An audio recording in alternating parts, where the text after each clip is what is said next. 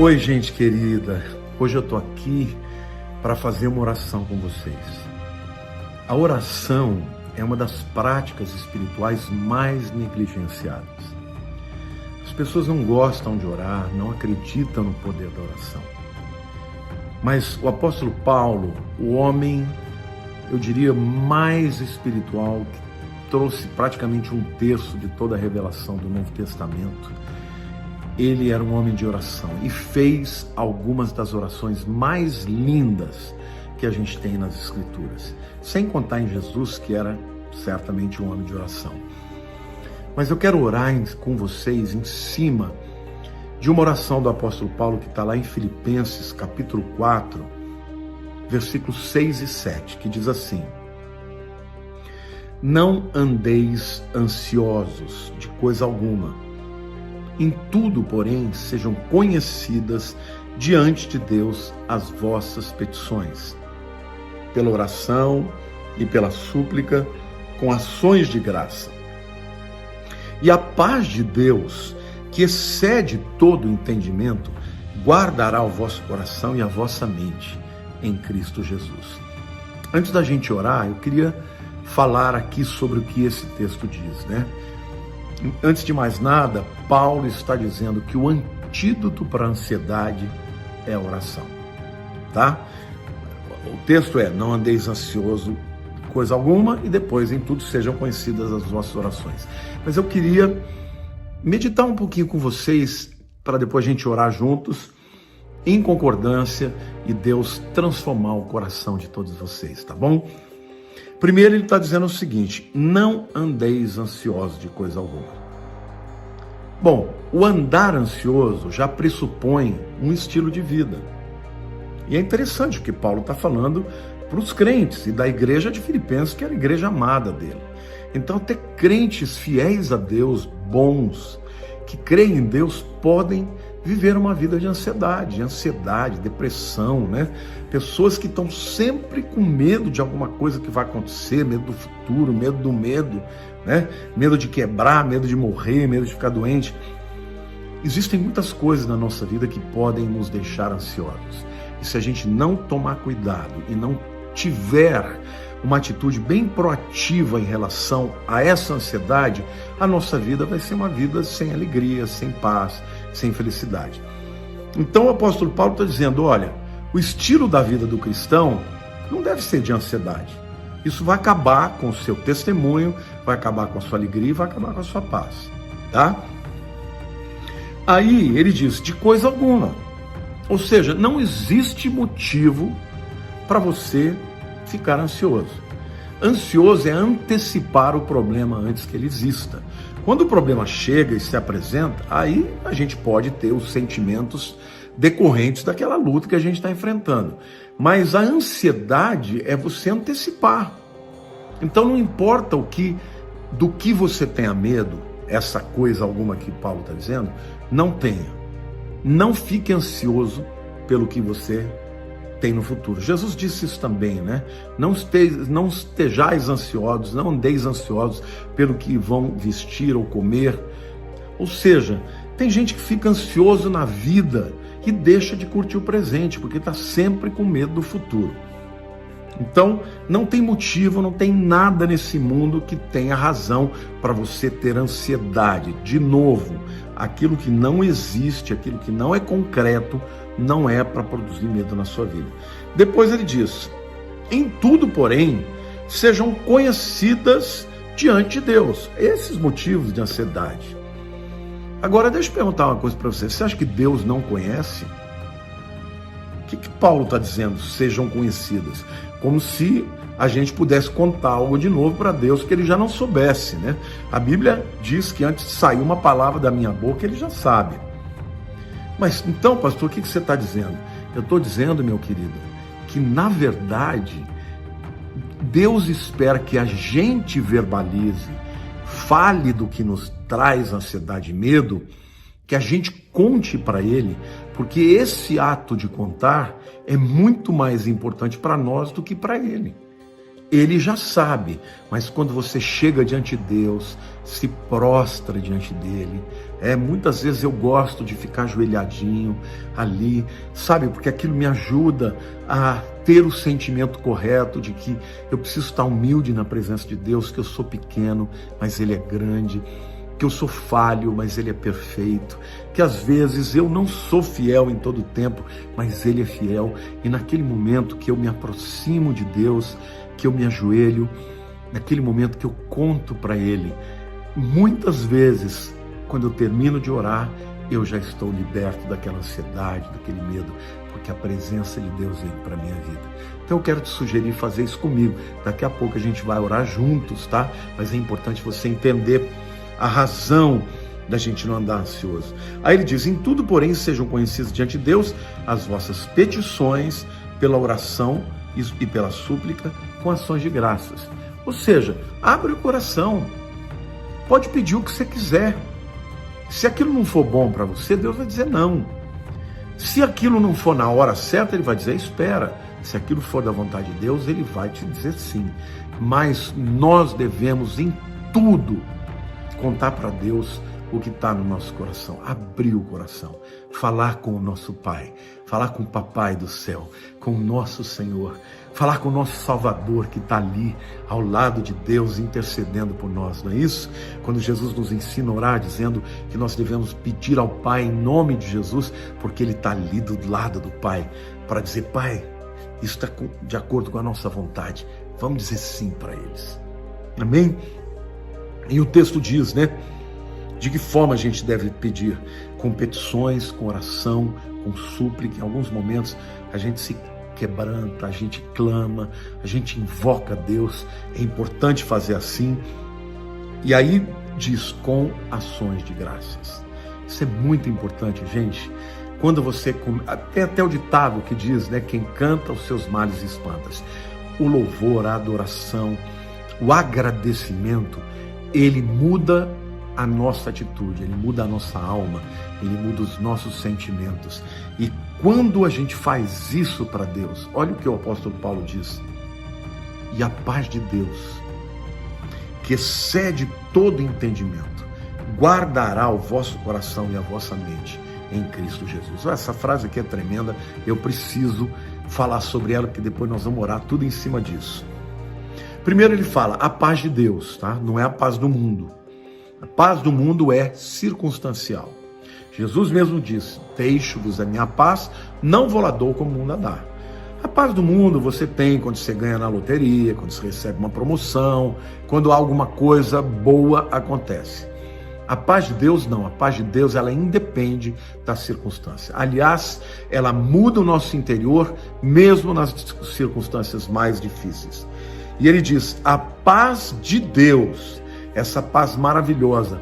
A palavra paz no hebraico, gente, é shalom. E a palavra shalom no grego, no hebraico, no grego é irene, tá? No hebraico é shalom. Shalom significa muitas coisas. Significa paz, essa ausência de conturbação, né? Ausência de guerra, mas significa também saúde. Então a paz de Deus também traz saúde. Os médicos dizem, a Organização Mundial da Saúde diz que 80% das enfermidades têm origem psicossomática, ou seja, na alma. Então a paz de Deus fala de saúde também, mas a paz de Deus fala de completude. A palavra shalom no hebraico significa inteiro, tá? Da mesma raiz de shalom. Por exemplo, significa prosperidade. Você sabe que o verbo pagar alguma coisa, pagar uma dívida, no hebraico é leshalem. Leshalem significa pagar e vem da raiz do mesma palavra shalom. Então, essa paz de Deus significa o quê? Ausência de guerra, significa saúde, significa ser inteiro, ser completo, portanto sem lacunas, significa prosperidade, abundância, e ele está dizendo, e a paz de Deus, isso tudo que Deus tem na sua paz, guardará, gente. Aliás, essa paz, ela excede o entendimento, porque às vezes você vai falar, me belisca, porque está tudo ao redor, está tudo contra, mas eu estou em paz. O que está acontecendo? Ela excede o entendimento, excede o que você está enxergando com seus olhos. A paz de Deus, que excede o entendimento, guardará, e aí ele fala de duas coisas: o vosso coração e a vossa mente, tá? Mente e psique, que fala de pensamentos, de sentimentos, de emoções, de vontade. Mas o coração fala do espírito. A paz de Deus, ela vai mais profunda do que a alma. Ela vai até o espírito e guarda o nosso espírito e a nossa mente e traz aquela paz gostosa de saber que nós somos fracos, mas Ele é forte. Nós somos pequenos, mas Ele é muito grande.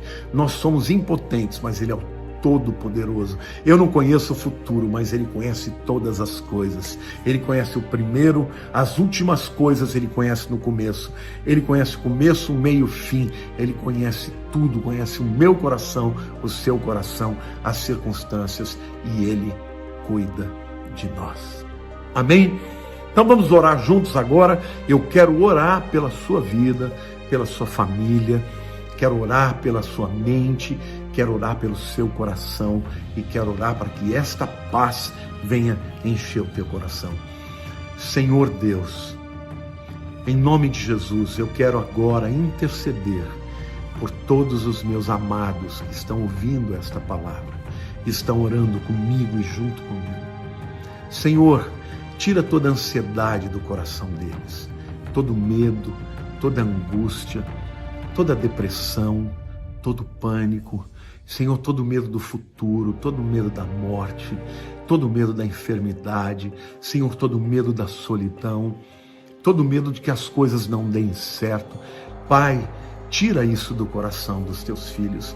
Ó Pai, eu te peço que o Senhor os ajude, Senhor, agora, nesse momento que nós estamos orando, a entregarem os seus pesos, os seus temores e verbalizarem, meu Deus, tudo aquilo que eles estão com medo, com petições, com súplicas. Nós estamos agora te pedindo, suplicando, Senhor, e com ações de graça, louvando ao Senhor, porque Tu és bom, porque a Tua misericórdia dura para sempre. A Tua palavra diz que a Tua misericórdia se renova a cada manhã. Senhor, se renovou na vida dos Teus filhos que estão me ouvindo agora e me vendo, porque eles têm aliança contigo, Senhor.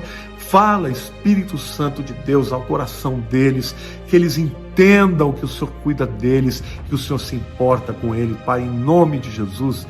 Pai, e eu oro, Senhor Deus, para que esta paz, que é tão completa, que envolve, Senhor, ausência de guerra, que envolve segurança, que envolve completude, que envolve saúde, que envolve, meu Deus, prosperidade, que essa paz guarde não só as mentes, os sentimentos, as emoções, mas também os corações, os seus espíritos. Senhor, dessa maneira, eles vão ter mais saúde, mais alegria e um melhor testemunho.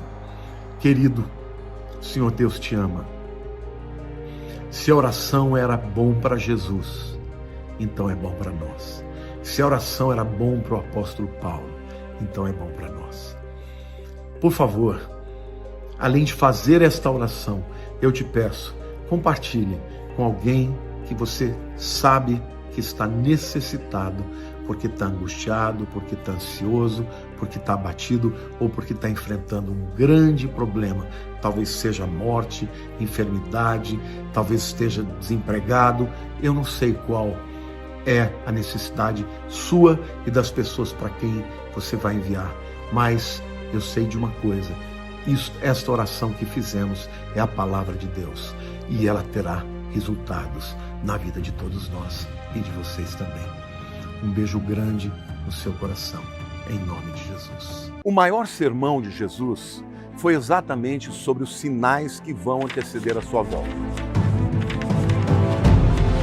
E a razão disso é que Ele quer que você saiba identificá-los. De fato, é impossível afirmar o dia e a hora que Cristo virá. Mas isso não pode servir como justificativa para que você não estude a respeito do fim dos tempos. E a Bíblia nos mostra isso. Veja, por que Jesus investiu tanto tempo falando a respeito do fim dos tempos Se ele poderia falar mais sobre conduta de vida, sobre santidade, por exemplo, porque Jesus mesmo, depois de ter cumprido a sua obra e subido aos céus, se revelou a João na ilha de Patmos para dar ainda mais revelações sobre as coisas que iam te acontecer no tempo do fim. Jesus sabia que o livro de Apocalipse seria o último livro das Escrituras e que aquela seria a última aparição dele na Bíblia. Então, por que ele escolheu encerrar a sua palavra falando justamente a respeito do fim dos tempos? Eu te respondo, porque o fim dos tempos será o momento mais dramático, mais glorioso de toda a história. As nações serão julgadas. Cristo vai se casar com a sua noiva, vai estabelecer o seu governo absoluto sobre a terra e vai preparar um lugar para que o Pai venha habitar entre os homens. Todos poderão ver e se maravilhar com a glória visível de Deus. Aquilo que os profetas viram em partes estará visível por completo. É por isso que Jesus espera ansiosamente por esse dia. Mas a pergunta aqui é a seguinte: e você? Você está à espera desse dia? O quanto você tem mergulhado no que as Escrituras dizem a respeito do tempo do fim? Saiba que a sua revelação acerca do fim determina completamente a maneira como você vive hoje. E se você está vivendo como quem espera a morte para, enfim, ser livre deste mundo mau, você não está vivendo a vida que Deus tem para você. Aquele que conhece e mergulha nas revelações acerca do tempo do fim tem o seu coração inundado de amor e fica fortalecido na esperança e recebe uma ousadia sobrenatural para pregar o Evangelho assim como Jesus pregou. E esta pessoa vai proclamar dizendo: arrependam-se e creiam em Jesus, porque o reino dos céus está próximo. Meu querido, minha querida, daqui a poucos dias eu vou dar a maior aula que eu já dei sobre os sinais descritos no livro de Apocalipse. E nela eu vou apontar as 7 tendências que me fazem acreditar que nós estamos às portas da volta de Jesus. Participe e tenha o seu coração aquecido, inundado de paixão pelo Senhor, assim como meu coração está. Esta aula será gratuita. Basta se inscrever para participar. E eu te espero lá.